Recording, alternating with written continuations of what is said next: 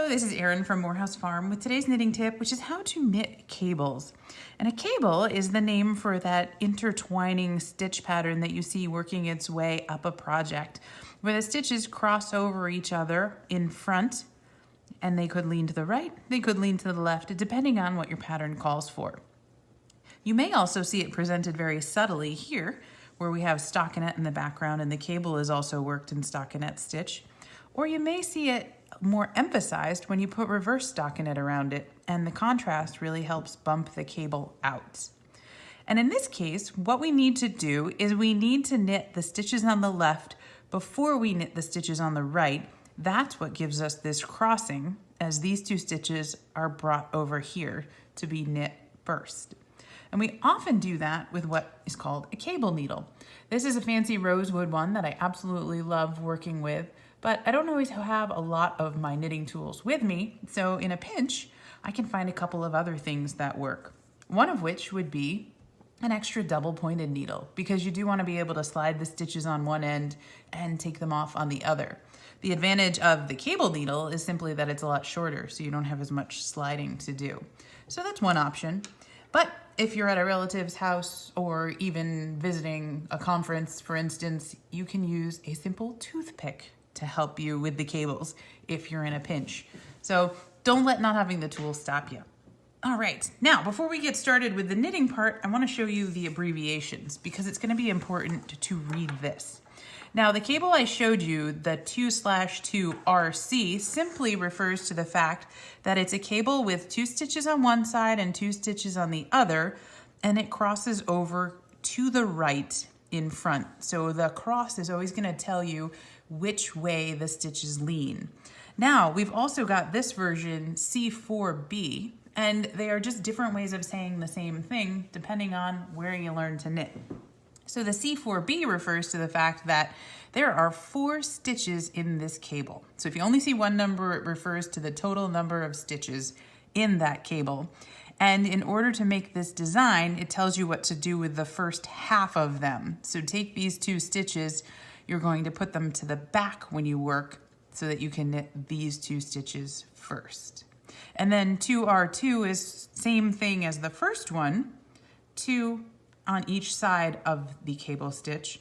So the R just refers to right. It's leaning to the right, as you're seeing here. So this one over here on this side is now my left cable. I'm leaning the stitches to the left in front. And that's how I know 1/1 means I've got 1 stitch on each side of the cable and I'm leaning it to the left in front.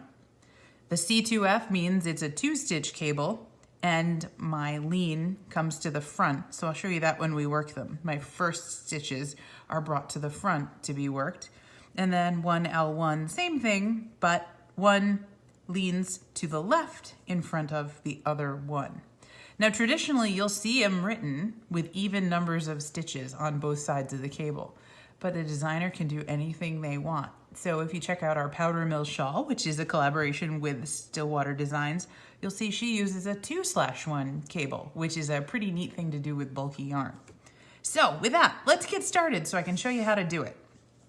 In this particular pattern, we've got 3 stitches of purling to set that off. So I've got my 3 here, and then I'm going to be ready to work the cable. So in order to do that, I'm going to go back to my abbreviations just so you can see them here. My 2/2 means I'm going to divide them 2 and 2. And because I want these 2 to lean to the right, I need to bring them forward. In other words, this one talks about moving the first stitches back. So I will traditionally put them on a cable needle. I will slide them off my working needle, and that cable needle just holds them. And then I'm going to work those 2 stitches on the left side. That brings them to the first position on the working needle in front of the pair that's back here. And I can just knit those from the cable needle.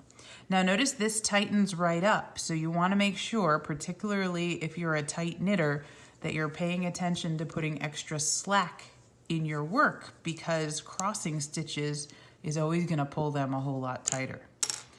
Now, we're gonna work our way over to the other one so I can show you how to do the left cross. And that is simply the opposite in terms of arranging the stitches. We want this guy to go to the front so that it can lean to the left. So I would put that on the cable needle. I would bring it forward. Then I would knit the one on the left side, grab my cable needle again, and knit from it. Slide the cable needle out, and then I can finish my row off, however the pattern calls for. And voila, we have finished in pattern. Continuing on with our 2 over 2 crosses on this side, 1 over 1 on this side, leaning to the left here, leaning to the right here. And it does look a little scrunched, as I said. That's why it's important to make sure as I work my non-cable rows, right, the in-betweens here, I make sure that there's enough slack so that I can do that comfortably. So it takes a little bit of practice to get comfortable using that cable needle, so give it a whirl. And if you're really, really feeling adventurous, also check out our video on how to knit cables without a cable needle. That's a really neat trick to learn. All right, happy knitting from Morehouse Farm.